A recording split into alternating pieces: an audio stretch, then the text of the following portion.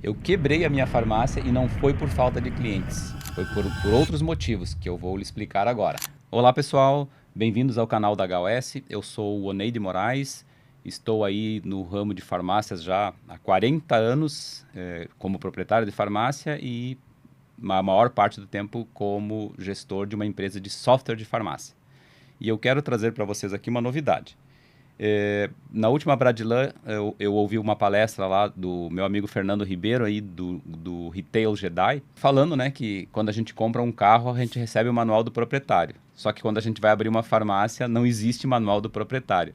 E eu fiquei pensando nessa ideia aí de lá para cá e resolvi contribuir aí com o setor do varejo farma, não só com a minha experiência de 40 anos, mas também com a experiência de muitos colegas, muitos amigos, clientes, consultores, que a gente aprende muito rodando aí nessas estradas do Brasil.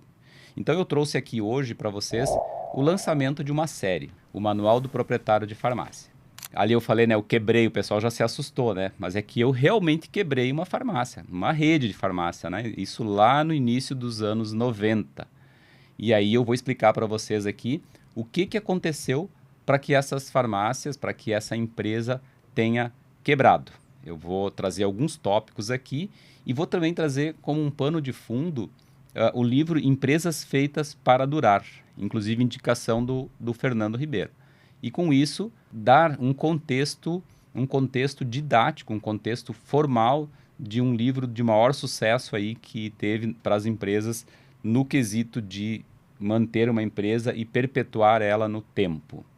Então, vamos analisar esses pontos em alguns minutos para que vocês tenham realmente uma imersão na questão da gestão de farmácia. Não vou começar pelos temas mais polêmicos, que é farmácia digital, tributação. Nos próximos episódios eu vou passar por todos esses temas aí. E também vou aceitar sugestões de temas, os quais eu prometo estudar bastante e trazer para vocês aqui de uma forma resumida. Esse tema é um tema que eu até demorei muito para falar sobre ele, comento de vez em quando, mas não é um tema de ter muito orgulho, né? Que é um tema que até, de certa forma, dói um pouco. Porque as minhas farmácias, as farmácias que eu tinha em sociedade com meus irmãos, elas foram fechadas, né, pelo promotor. O oficial de justiça foi lá e lacrou a porta. Então, isso é uma questão bastante vergonhosa. Mas eu não vim aqui para lamentar isso, inclusive eu entendo que isso foi uma enorme contribuição para o meu desenvolvimento, tanto pessoal quanto profissional. Então, não há o que se lamentar. Conheço muitos empresários de sucesso no segmento de farmácias, redes associativas, que passaram por situação semelhante. Então venho aqui abrir o coração para vocês e trazer isso como uma forma de aprendizado. Eu elenquei aqui 5 itens, tá? Existem outras variáveis além dessas 5, mas para o nosso episódio de hoje, vamos explorar esses 5 aqui. Como eu disse antes, não é com o objetivo de lamentação, e sim de contribuir com esse manual de sobrevivência. Hoje o nosso mercado está muito competitivo. O último relatório do Close-Up aí, vocês devem ter tido acesso, acho que foi publicado hoje de manhã, a queda das farmácias independentes para uma participação, estava acho que em 19%, 20%, caiu para 16%, as redes associativas tiveram um pequeno ganho de participação, e as grandes redes então cresceram bastante, também impulsionadas pelo efeito do Ozempic, né, pelo efeito das injeções, mas mesmo assim, é um motivo de a gente se mexer, porque a água começa a bater no pescoço e tem gente que vai ter que começar a aprender a nadar, nem que seja um pouco tarde, mas vamos lá, a contribuição está aqui e eu vou compartilhar agora, literalmente, como auxiliar a salvar o seu negócio. Como eu havia comentado, eu também baseei um pouco aqui a nossa conversa de hoje no livro Feitas para Durar, do Jim Collins, e o coautor é o Jerry Porras, o nome dele. É um nome espanhol, eu acredito, né?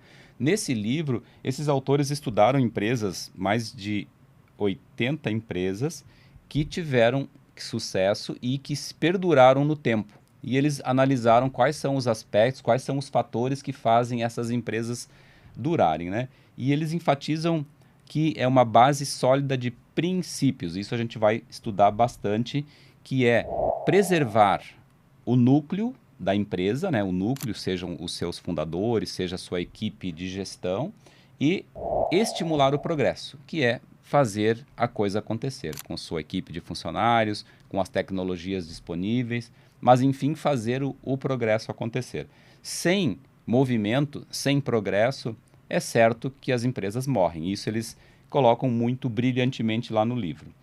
Em relação à minha história da farmácia que quebrou, eu percebo que ela, hoje analisando, olhando com a experiência que a gente tem, ela não foi feita para durar. Ela foi feita para um breve momento no tempo, né? Era muita coisa de improviso, muita coisa na intuição, do tipo assim, vamos fazer isso aqui e vamos ver no que vai dar. Olhando para os princípios básicos do livro, praticamente eu lá, violamos todos os princípios básicos que eles descrevem lá no livro. E vamos ver o que aconteceu no nosso caso, erro por erro. Erro número 1, a sociedade. Quem nós escolhemos para ser parceiros? Talvez vamos empreender solo, né? Somos só nós, vamos ter que montar uma empresa individual, mas de um modo geral, o empreendimento no Brasil ele é acompanhado de uma sociedade, de mais de uma pessoa. E é clássico, pessoal, começar um negócio com um amigo, com um parente, porque a gente encontra ali um apoio, talvez o primeiro funcionário, e é na base da confiança.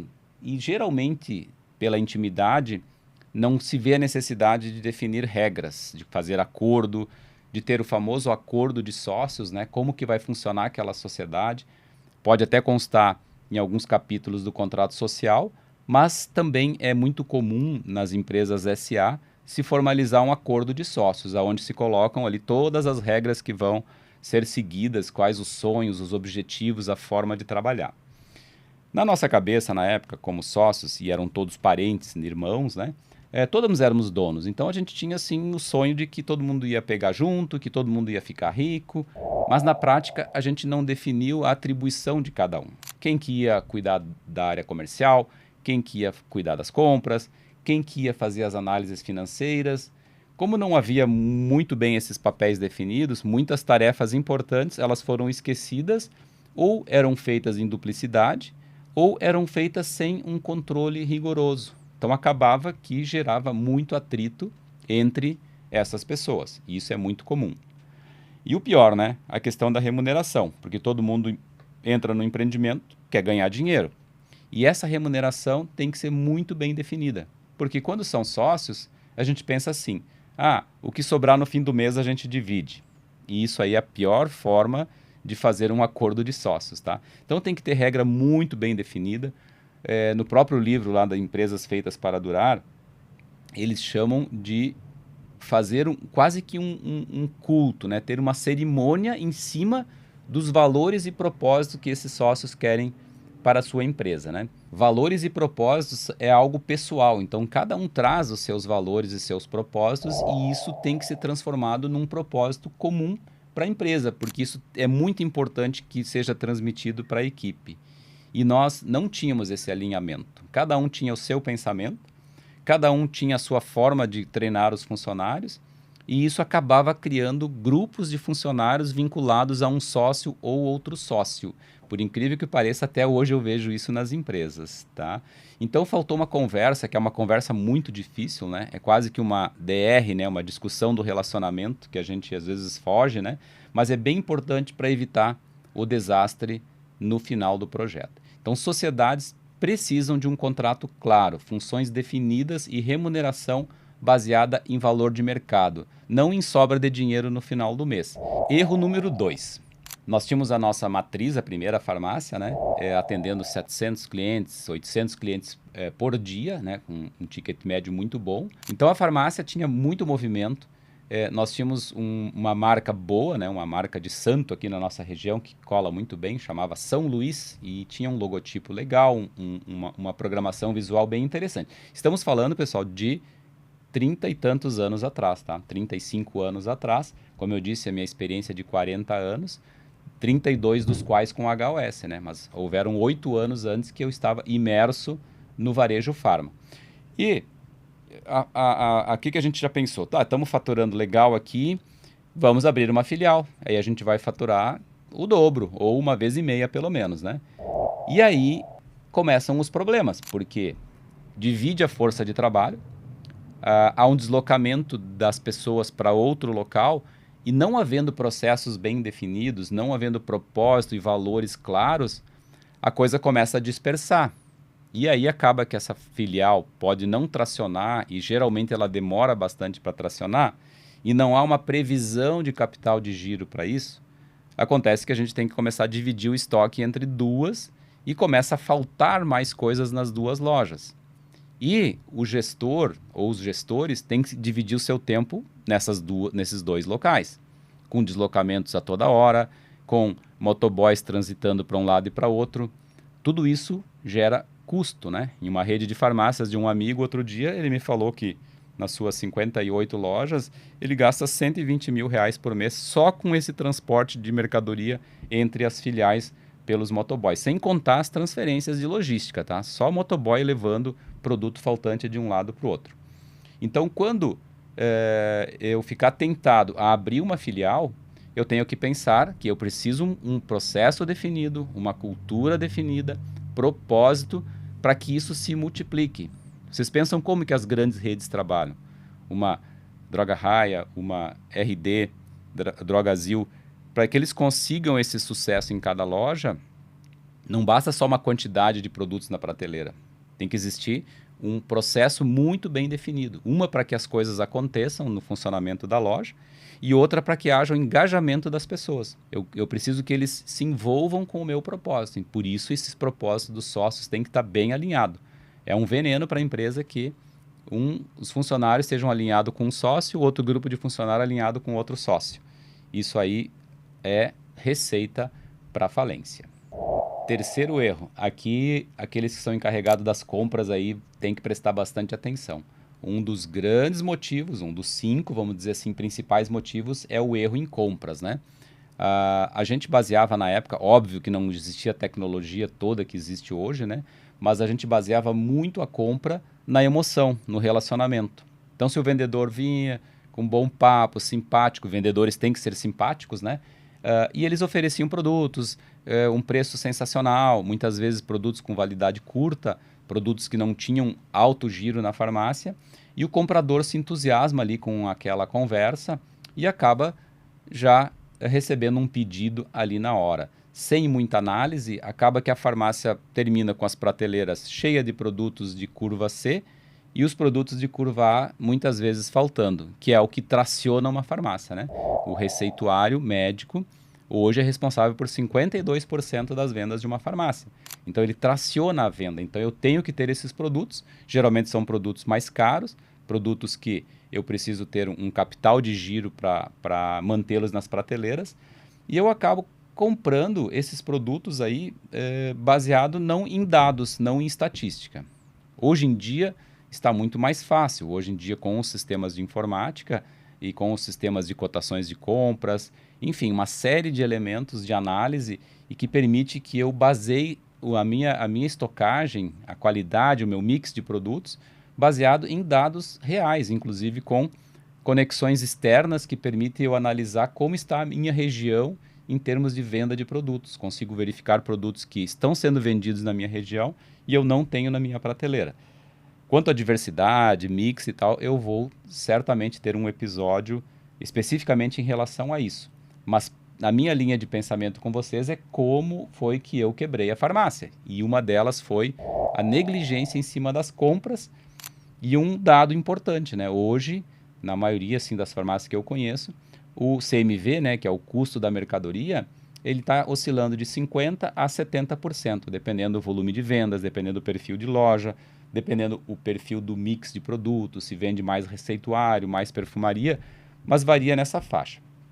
Isso talvez não represente muita coisa, mas no próximo motivo que eu vou comentar, que é a questão financeira, isso é muito importante eu ter esse dado e eu ter o controle desse custo. É muito importante ter o controle desse custo, porque muitas vezes uma margem de erro de 2% a 5% é a falta de dinheiro, é o prejuízo, é buscar capital de giro caro no sistema financeiro. E isso foi um grande problema que nós encontramos. Um grande problema, né? Desses 5 aqui, esse talvez seja o maior.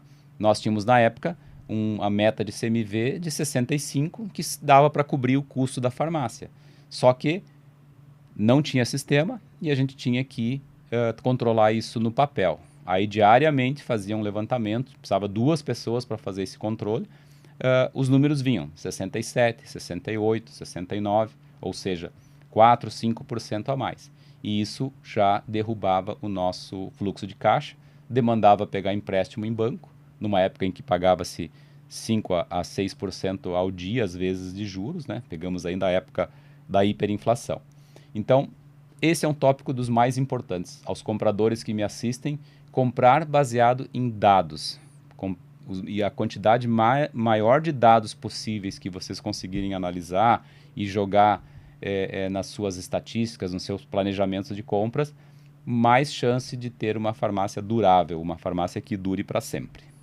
Como eu disse antes, né, o CMV está ligado diretamente a esse tópico que é o erro número 4, que é o financeiro.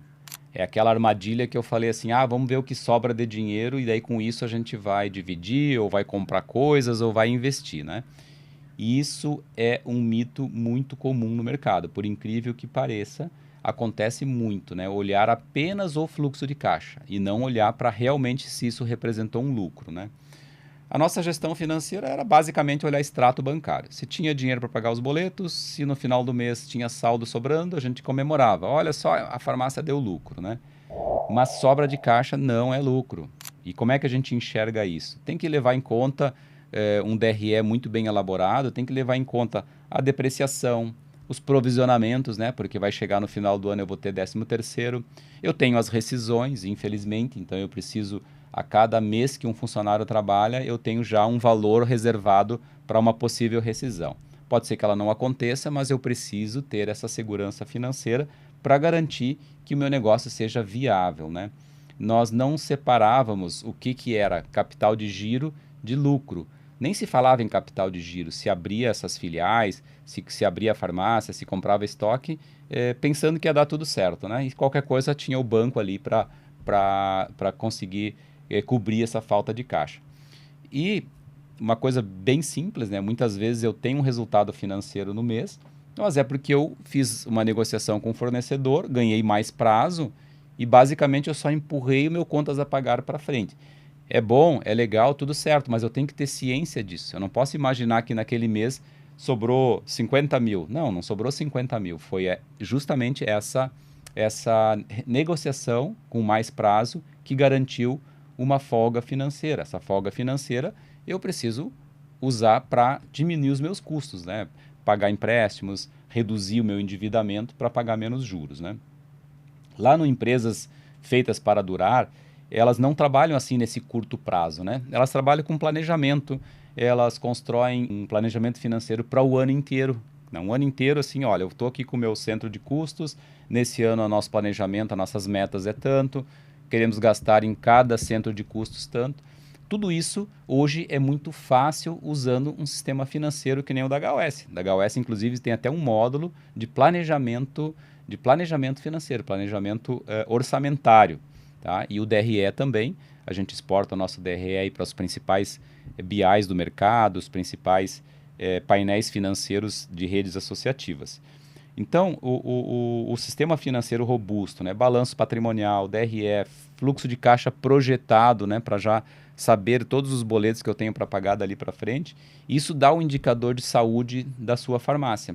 E isso nós não tínhamos, essa ignorância e essa falsa sensação de segurança, chegou uma hora que veio a conta, né?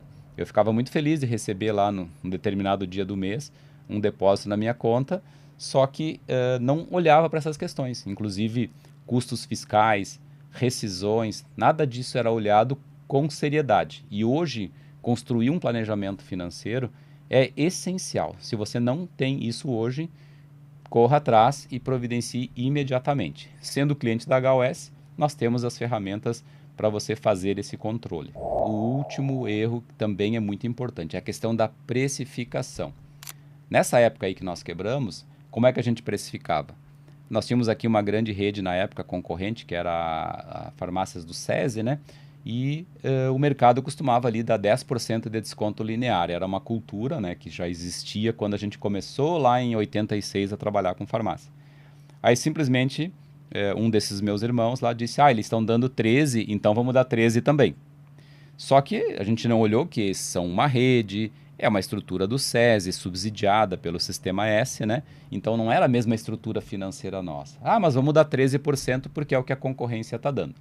Imagina hoje como está o nosso mercado, com descontos aí na linha ética, né? Na linha de receituário, de até 30%, né? Como é que você vai dar 30%? Você nem recebe 30% do seu distribuidor. Então como é que você vai competir com esse preço? Então não basta simplesmente dizer, não, mas se eu não vender por esse preço, eu vou perder a venda. Mas se eu ganhar essa venda, a não ser, claro, as políticas de venda adicional, de cross-selling, de upselling, que é uma prática muito interessante desde sempre, né, que é vender produtos adicionais, que acaba compensando, eventualmente, uma margem ruim ou uma margem negativa. Mas isso tem que ser planejado, tem que ser comandado por você e não ser uma reação a uma situação que você encontra no mercado. E naquela época nós entramos nessa guerra de preço e obviamente que a gente não tinha munição para manter essa guerra há muito tempo, né? E aí destruímos a nossa margem de lucro. Aí trabalhávamos bastante, plantão 24 horas, ficar ali de madrugada na farmácia ouvindo a campainha tocar de hora em hora e a loja realmente estava cheia. Como eu disse, 700 atendimentos por dia. Só que começou a dar prejuízo e prejuízo e prejuízo. E quando analisamos lá o livro do Collins, Empresas Feitas para Durar, eles já falam desde lá que para competir não basta só dar desconto, só ter preço baixo. E sim tem que ter uma estrutura de custos que permita praticar preços baixos, né? Como a gente tem um exemplo do Walmart, né, nos Estados Unidos, que tem um preço muito baixo e tal, mas eles não quebram, estão durando aí, já é centenária, porque eles têm uma estrutura de custos e negociações que permite praticar esses preços. Se na sua farmácia você não tem essa estrutura, a competição, o diferencial competitivo não pode ser preço. Você não vai conseguir, não tem munição para isso. Então tem que se diferenciar de outra forma, por conveniência, por prestação de serviço, por atendimento simpático, usar a tecnologia hoje de fidelização de clientes, de uso contínuo, né, fazer a comunicação com o cliente. Então usar essas ferramentas é um diferencial competitivo. A grande rede ela tem muita munição de preço, mas ela também se movimenta lentamente. E você que está no seu nicho, na sua cidade, no seu brick, né, ou no seu cluster, vamos dizer assim, que hoje são os termos usados para definir a sua região, você está posicionado ali e hoje existem muitas ferramentas para saber, né, a precificação dos produtos na região, também saber o mix de produtos na região, para que você tenha uma estrutura de custos adequada para poder competir nesse mercado. Muitas vezes dando realmente um desconto, vendendo mais baixo, mas tendo a contrapartida de adicionar produtos nessa cesta que venham a trazer esse CMV um pouco mais para baixo. Essas grandes redes, né, ou então farmácias que têm sucesso nessa questão de precificação, eles usam a inovação, usam a tecnologia. E na época, nós só reagimos, né, nós só copiamos esse modelo. E isso é uma receita para o fracasso. Só copiar modelos que não são adequados para a sua farmácia é receita de fracasso. Essas empresas usam muita inovação, muita tecnologia para precificar. Você não pode ser reativo em relação a isso, simplesmente por orgulho, por não perder uma venda. Copiar concorrentes e não entender qual que é a estratégia que eles têm atrás para formar esse preço aí é uma receita de fracasso. Muito bem, pessoal. Hoje aqui não é contar história triste nem nada. É simplesmente fazer uma provocação para que você possa agir, né, a partir de agora. Então, vou resumir essa jornada de hoje aqui, que essa quebra dessa farmácia não foi obra do acaso, não foi azar, não foi uma crise, mas foi uma soma de, no mínimo, 5 decisões erradas, né? Sociedade sem regras claras, expansão precipitada, compras baseadas em amizade e não em dados, confundir fluxo de caixa com lucro real e destruir a margem com descontos copiados dos concorrentes. Se eu pudesse voltar no tempo, esse livro provavelmente já existia, né? Eu construiria realmente uma base mais sólida de valores. Implementaria algum sistema eu digo processo, né? Porque sistema de informática nessa época aí nem era acessível para as empresas. Quando eu criei a HOS, em 1994, ela foi justamente para levar essa ferramenta para as farmácias poderem ter alguma tecnologia para conseguir diminuir os seus custos operacionais e equilibrar o seu crescimento com saúde financeira. Então eu compartilho com vocês hoje aqui essas dores, não é que vocês precisam passar por ela, não é para que vocês sintam compaixão, né? A gestão profissional, ela não é um luxo, ela é a única forma de sobreviver hoje no varejo farmacêutico. Por isso que eu convoco, eu conclamo vocês a darem opiniões, darem sugestões para que eu traga aqui temas relevantes das suas dores, das suas dificuldades, inclusive podem compartilhar comigo a sua história também, porque no próximo episódio do Manual do Proprietário de Farmácia, nós vamos falar como estruturar uma precificação inteligente para a sua farmácia, para que você pare de perder dinheiro e também comece a ter um lucro no final do mês. Os temas relevantes que você aí tem na cabeça, pode nos passar que a gente vai colocar aí nos próximos episódios, transformar isso aí numa pesquisa, analisar livros e trazer para você uma base confiável de ação. Estou convidando também os amigos consultores, o próprio Fernando, o Cadre, startups aí muito boas que começaram no mercado de precificação, de delivery, de conversa por WhatsApp, enfim, todos eles aí eu vou convidar para que venham aqui e compartilhem com vocês sobre essas ferramentas. A nossa missão, desde 1994, é desenvolver essas ferramentas, é entregar mais munição para você conseguir combater, no sentido, vamos dizer, de negócios, né? Combater nesse mercado. Esse mercado competitivo, esse mercado que está sendo devorado pelas grandes redes, porque muitas vezes o empresário médio e pequeno não está usando as estratégias corretas nesse combate. Vamos trabalhar juntos, vamos entregar mais ferramentas e vamos trazer mais conhecimento para todos vocês. Eu sou o Oneide Moraes, da HOS Sistemas. Convido você para conhecer as nossas ferramentas que vão desde o e-commerce, sistema financeiro, sistema de compras, integração com as principais plataformas de cotações, tela de venda inteligente para auxiliar o seu vendedor a fazer um upselling, um cross-selling com mais qualidade, integração com as principais plataformas, WhatsApp, plataformas de Bling, de Marketplace, enfim, várias conexões onde a HOS muitas vezes funciona como um hub de tecnologia. Venha conhecer a HOS, acesse pelo QR Code e solicite uma demonstração. Deixe seu comentário aqui embaixo. Qual desses 5 erros você já cometeu ou está testemunhando algum colega cometer? E não se esqueça de se inscrever no canal, ativar as notificações e muito obrigado pela sua companhia. Até a próxima.